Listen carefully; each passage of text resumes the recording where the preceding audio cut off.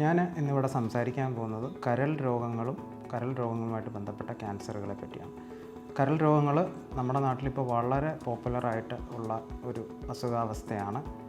നേരത്തെയൊക്കെ മദ്യപാനമാണ് most common കോസായിട്ട് കണ്ടിരുന്നത്. പക്ഷേ ഇപ്പോൾ ഡയബറ്റീസും അനുബന്ധപ്പെട്ട പല അസുഖങ്ങൾ കാരണം ഇപ്പോൾ കരളിന് രോഗങ്ങൾ വരാറുണ്ട്. കരളിൻ്റെ രോഗങ്ങളിൽ കാലക്രമേണ ക്യാൻസറുകൾ ഉടലെടുക്കുന്ന രീതിയിലേക്കും മാറുന്നുണ്ട്.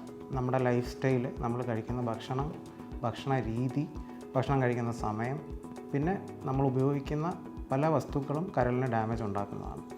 അപ്പോൾ ഈ കരളിൻ്റെ ക്യാൻസറുകൾ തന്നെ പല ടൈപ്പ് ക്യാൻസറുകളുണ്ട്. അതിന് പലതരം ചികിത്സാ രീതികളുമുണ്ട്.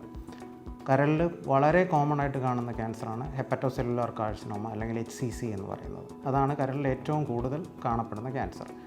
സിറോസിസ് ഉള്ള, അതായത് മദ്യപാനം കൊണ്ടോ ഡയബറ്റീസ് കൊണ്ടോ കരളിന് രോഗമുള്ളവർക്ക് കാലക്രമേണ ക്യാൻസർ വരാമെന്ന് ഞാൻ പറഞ്ഞു. അപ്പോൾ ഇത് രണ്ടും എങ്ങനെയെന്ന് നമുക്ക് തിരിച്ചറിയാൻ പറ്റില്ല. രണ്ട് തരം ആൾക്കാർക്കും വരാം. അതുകൊണ്ടാണ് ഇപ്പോൾ സ്ത്രീകളിലും കരളിൻ്റെ ക്യാൻസറുകൾ വളരെ കോമൺ ആയിട്ട് കാണുന്നുണ്ട്. അപ്പോൾ കരളിൻ്റെ ക്യാൻസറുകൾ ഞാൻ ആദ്യം പറഞ്ഞ പോലെ HCC ആവാം, അല്ലെങ്കിൽ കരളിൻ്റെ അകത്തുള്ള പിത്തനാളികളിൽ നിന്ന് വരുന്ന കൊളാഞ്ചിയോ കാർസിനോമ എന്നൊരു വേരിയൻറ്റും കൂടെയുണ്ട്. ഇത് രണ്ടും വളരെ കോമൺ ആയിട്ട് കാണുന്നതാണ്. ഇത് രണ്ടും സങ്കരമായിട്ട് രണ്ടും കൂടെ ചേർന്നും കാണാറുണ്ട്. അപ്പോൾ കരളിൻ്റെ ഈ ക്യാൻസറുകൾക്ക് പലതരം ചികിത്സാ രീതികളുണ്ട്. വളരെ ഏർലി ആയിട്ടുള്ള സ്റ്റേജുകളിൽ കണ്ടുപിടിക്കപ്പെടുകയാണെങ്കിൽ നമുക്ക് റേഡിയോ ഫ്രീക്വൻസി അബ്ലേഷൻ അല്ലെങ്കിൽ മൈക്രോവേവ് അബ്ലേഷൻ മുതലായ കരിച്ചു കളയാനുള്ള സംവിധാനങ്ങളുണ്ട്.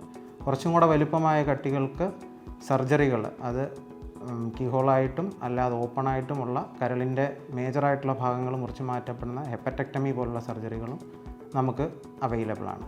ഞാനീ പറഞ്ഞ കരിച്ചു കളയുന്ന RFA മൈക്രോവേവ് അബ്ലേഷൻ, അതിനോടനുബന്ധിച്ച് വലിയ തരം കരൾ ക്യാൻസറുകളെ ആദ്യം ചുരുക്കാൻ വേണ്ടിയിട്ട് ട്രാൻസ് ആർട്ടീരിയൽ കീമോ എംബോളൈസേഷൻ എന്ന് പറഞ്ഞാൽ ചെറിയൊരു ഡോസ് കീമോ കൊടുത്തതിനെ ചുരുക്കിയതിന് ശേഷം ഓപ്പറേഷൻ ചെയ്യുന്ന ചികിത്സാ രീതിയും ഇന്ന് നിലവിലുണ്ട്. ഈ പറഞ്ഞ എല്ലാ ചികിത്സാ രീതികളും നമ്മുടെ കേംചെറിയാൻ ഇൻസ്റ്റിറ്റ്യൂട്ടിലുണ്ട്.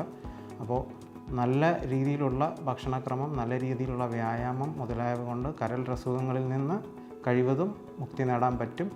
അല്ലാത്ത പക്ഷം കരൾ അസുഖങ്ങൾ മൂർച്ഛിച്ച് വരുന്ന ഈ ഒരു സാഹചര്യത്തിൽ നമ്മുടെ ലൈഫ് സ്റ്റൈൽ കൊണ്ടുണ്ടാകുന്ന ഈ ഒരു പ്രോബ്ലം വരുന്നതുകൊണ്ട് വളരെയധികം ഇതിൻ്റെ സ്ക്രീനിങ് വളരെയധികം ആവശ്യമാണ്. 3 മാസത്തിൽ ഒരിക്കൽ അൾട്രാസൗണ്ട് സ്കാൻ വയറിൻ്റെ ചെയ്ത് നോക്കിയാൽ കരളിൻ്റെ കട്ടികൾ ഉള്ളതായിട്ട് ഉണ്ടെങ്കിൽ നമുക്കത് കണ്ടുപിടിക്കാൻ പറ്റും. അതുപോലെ ട്യൂമർ മാർക്കർ ടെസ്റ്റുകൾ, എന്തെങ്കിലും ക്യാൻസർ ആണോ എന്നറിയാനായിട്ടുള്ള രക്തത്തിലുള്ള ടെസ്റ്റുകൾ ഇന്ന് അവൈലബിൾ ആണ്.